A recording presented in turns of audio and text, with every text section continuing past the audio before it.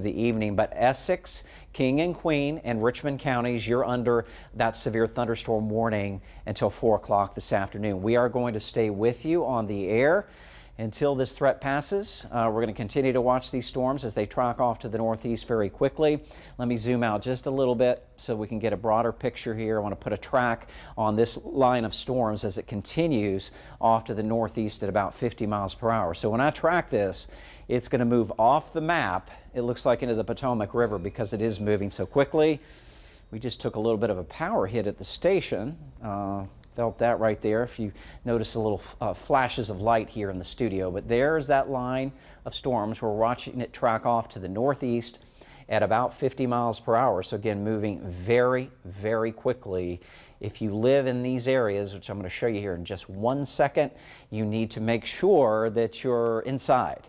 Anybody that you know that might be working outside, get inside a sturdy building, sturdy structure, because we'll have the potential for 60-mile-per-hour winds. So around Tappahannock, within the next 10 minutes, this line of storms should be in your area, right along the Rappahannock River by 3:48. The town of California by 4:08, Drum Point by 4:14, and then Crapo by 4:31. So we're kind of moving out of Virginia at that point. But that's what we're looking at, that potential for damaging winds in those areas as we come up through western King and Queen, Essex County.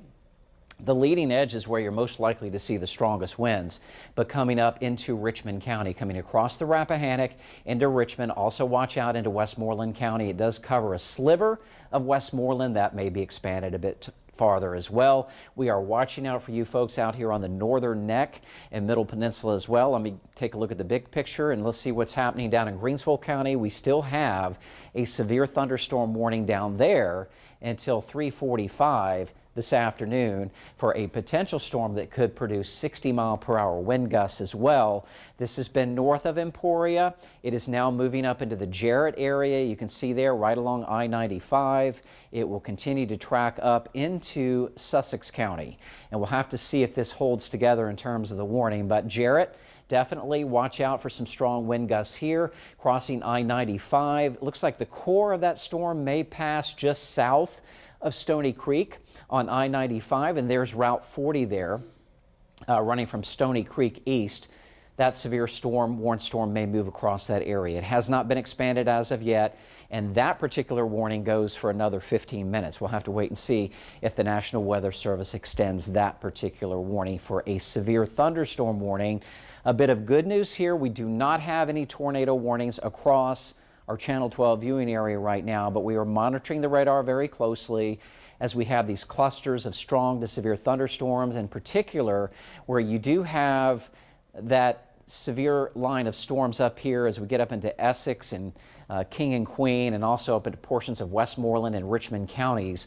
You do have the potential that there could be a spin up along that line at just about any time. So just keep that in mind. There might be a brief spin up. That's why the National Weather Service has a tornado watch until 7 o'clock this evening. It will probably be scaled back over the next couple of hours from west to east as the threat does diminish. But right now, if you live out towards the northern neck and middle peninsula, we are watching this area closely. As Meg mentioned, it's a broken line, so there's not a whole lot happening around the Tri-Cities, although we have an area of rain back through western Dinwiddie into southeastern Nottoway and eastern Lunenburg County.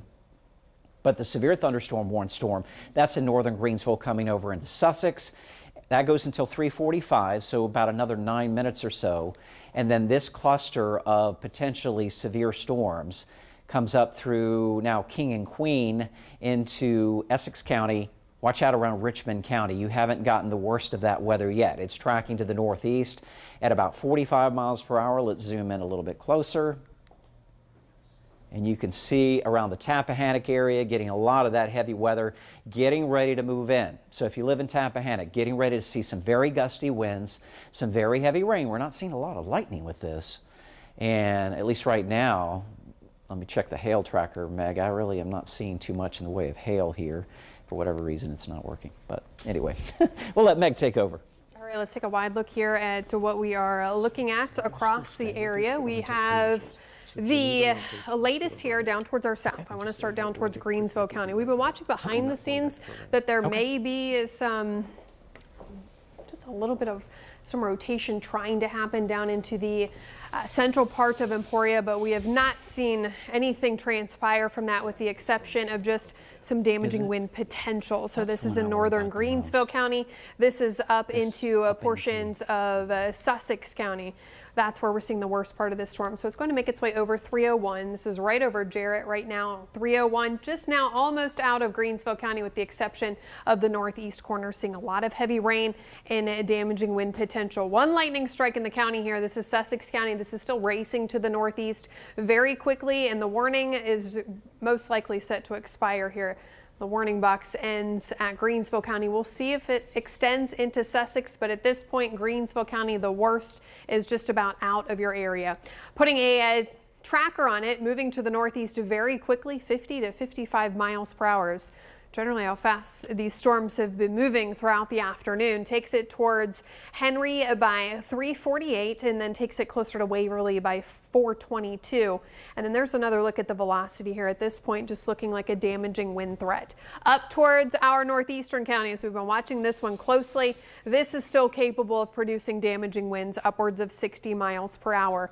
And the severe thunderstorm warning set to expire at 4 o'clock, and this is now just about in almost all of Essex County, and it will make its way right over the Rappahannock River into Richmond County in the northern neck. So if you are in Naylor's Beach or Warsaw, right along 360, we are going to be watching for damaging winds possible upwards of 60 miles per hour. Very heavy rain as well, and we'll continue to track these showers and storms for you right after this break.